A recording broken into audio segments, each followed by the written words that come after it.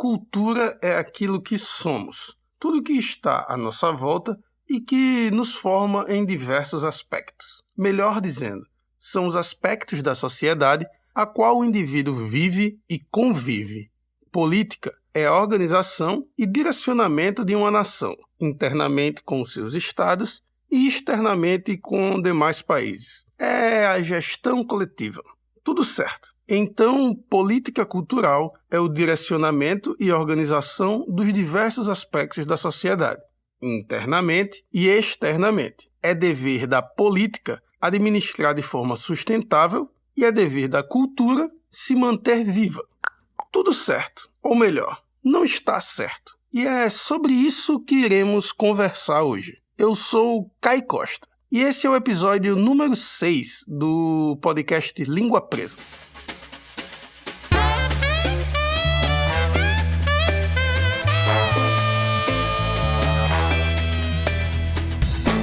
Hoje vamos conversar sobre política cultural e entender por que é que eu falo que na política cultural existe mais política que cultura.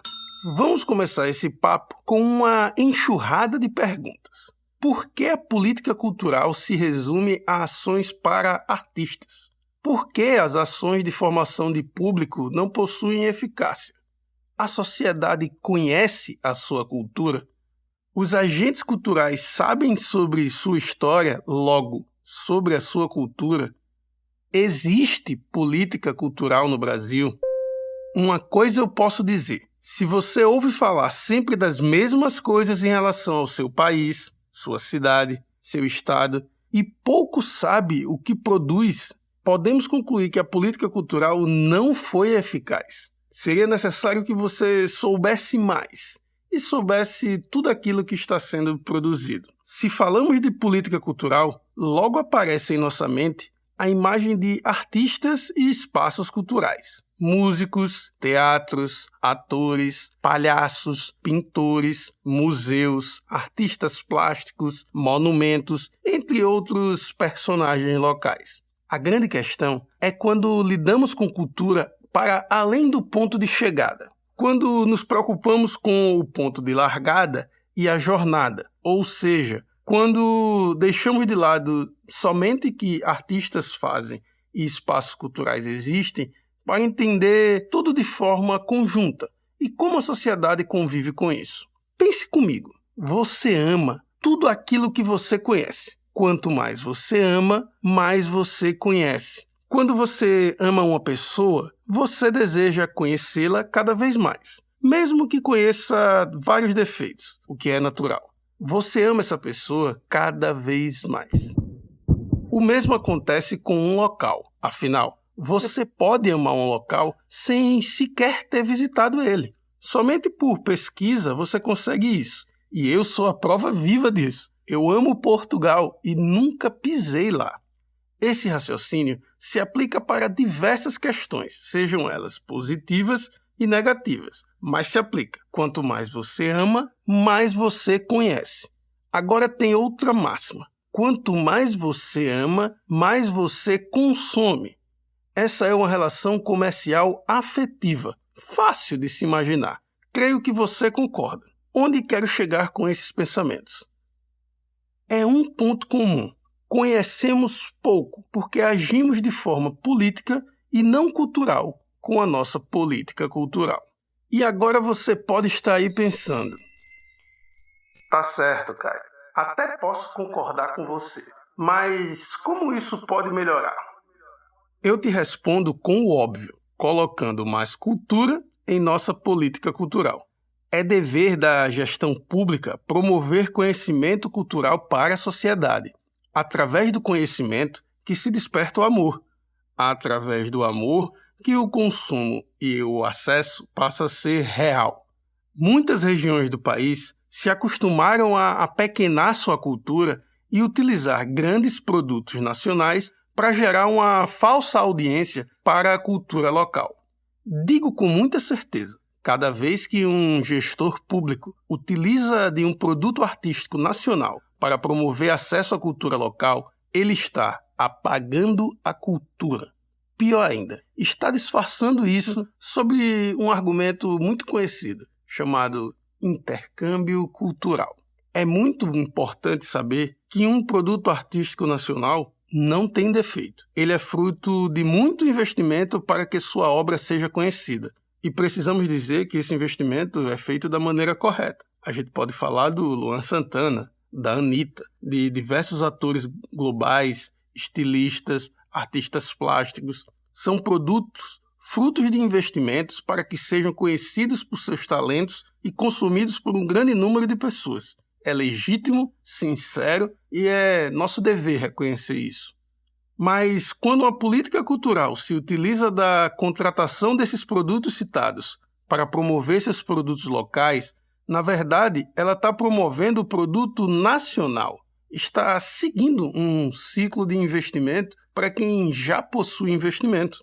Não está fazendo isso pelos locais. E isso não pode ser considerada uma política de incentivo. É um fato. Colocar mais cultura na política cultural é manter a história viva na mente da sociedade. É ir além do artístico e promover valores, crenças, costumes, linguagens e referências. É cultural que o artista carioca tenha como referência um jornalista carioca. É cultural que uma jurista de Maceió se inspire em um jurista de Maceió. É cultural que uma enfermeira de Florianópolis conheça e admire um enfermeiro de Florianópolis. É cultural que o cidadão conheça o jornalista, a jurista e a enfermeira, mas também suas referências. Sabe aquela história que a vida imita a arte? Sabe aquela entrevista com o artista que você assiste, que tem aquelas perguntas básicas? Quantos anos você começou? Quais são suas referências? O que você quer dizer com essa obra? Quem te incentivou? Sabe? É preciso que mais pessoas respondam essas questões. Mais que isso, é preciso que mais pessoas ouçam essas respostas. É cultural que a cultura vá além da arte. É fundamental que a gestão cultural vá além da política. Cultura é equidade. Toda política de segmentação cultural é um aniquilamento da cultura da sociedade. É preciso trazer soluções. E é isso que essa língua presa gosta de fazer. Eu sustento a política cultural em 3 pontos igualmente fundamentais. Ponto 1. Histórias. Tornar conhecidas histórias de cultura local. Sabe o Natal, que a cidade brilha e o Papai Noel vira rei? É necessário fazer isso com a história, muros e espaços da cidade. Pintar rostos, escrever histórias, promover acesso a museus, teatros, movimentar praças, ocupar espaços de rádio, jornal e TV. Isso não possui custo relevante. Estamos falando de boa vontade e eficiência de gestão. Ponto 2. Experiências. Promover grandes experiências culturais gratuitas, também podendo realizar experiências pagas, criando assim a cultura de consumo na população e fomentando os realizadores culturais.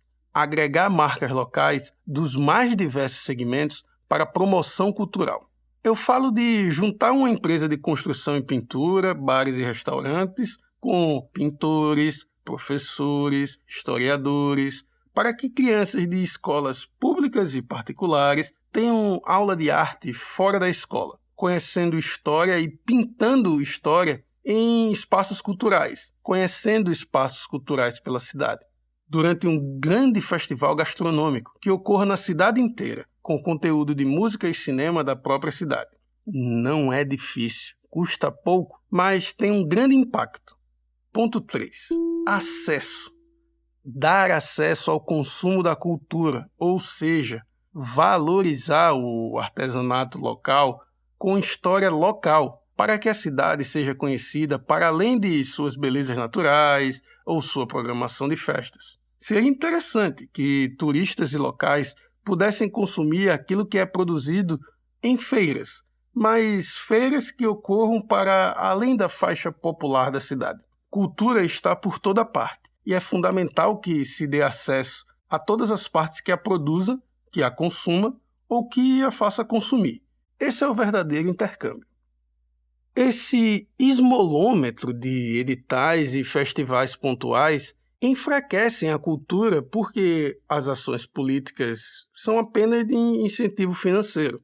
Precisamos de incentivo cultural para que o incentivo financeiro tenha retorno e não seja necessário ver sempre aqueles mesmos atores culturais precisando dos mesmos editais de incentivo com baixíssimo valor de consumo cultural durante e depois. É muito cômodo solicitar dos atores da cultura a contrapartida dos recursos recebidos, pois é um belíssimo dado político. Bonito seria se a gestão pública pudesse prestar conta de seus projetos políticos, indicando a contrapartida dos recursos na formação cultural de sua população, pois seria um belo dado cultural. Não sei você que está me ouvindo, mas eu prefiro um dado cultural a um dado político.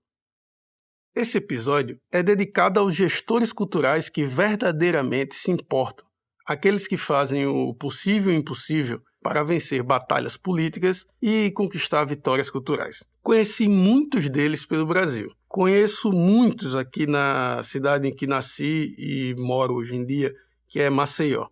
Todo o meu respeito a vocês. Meu respeito, admiração e amor aos agentes culturais, ou seja, artistas e população, que dia a dia segue construindo o nosso legado cultural. Com esse turbilhão de informações nesse curto episódio, fica necessário colocar algumas coisas na ponta da língua.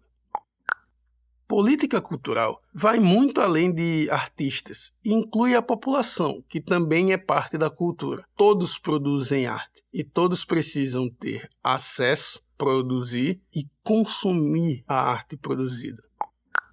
História, experiência e acesso. Nada mais que isso para provocar uma cultura ativa de uma cidade ou país. Política de incentivo que possui sempre os mesmos candidatos e contemplados é, na verdade, uma política sem eficiência. E ficamos por aqui.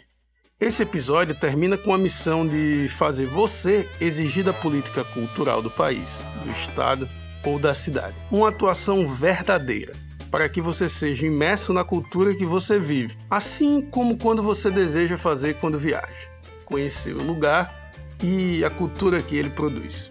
Muito obrigado pelo papo de hoje. Siga o Língua Presa aqui na sua plataforma de streaming favorita. Participe desse debate lá no meu Instagram, Kai Costa A, ou no Instagram do programa, linguapresa.cast. Com trilha e edição de som de Felipe Devais, esse foi mais um Língua Presa. Muito obrigado por ouvir, não esqueça de sorrir, joga a energia lá em cima, valeu? Fui!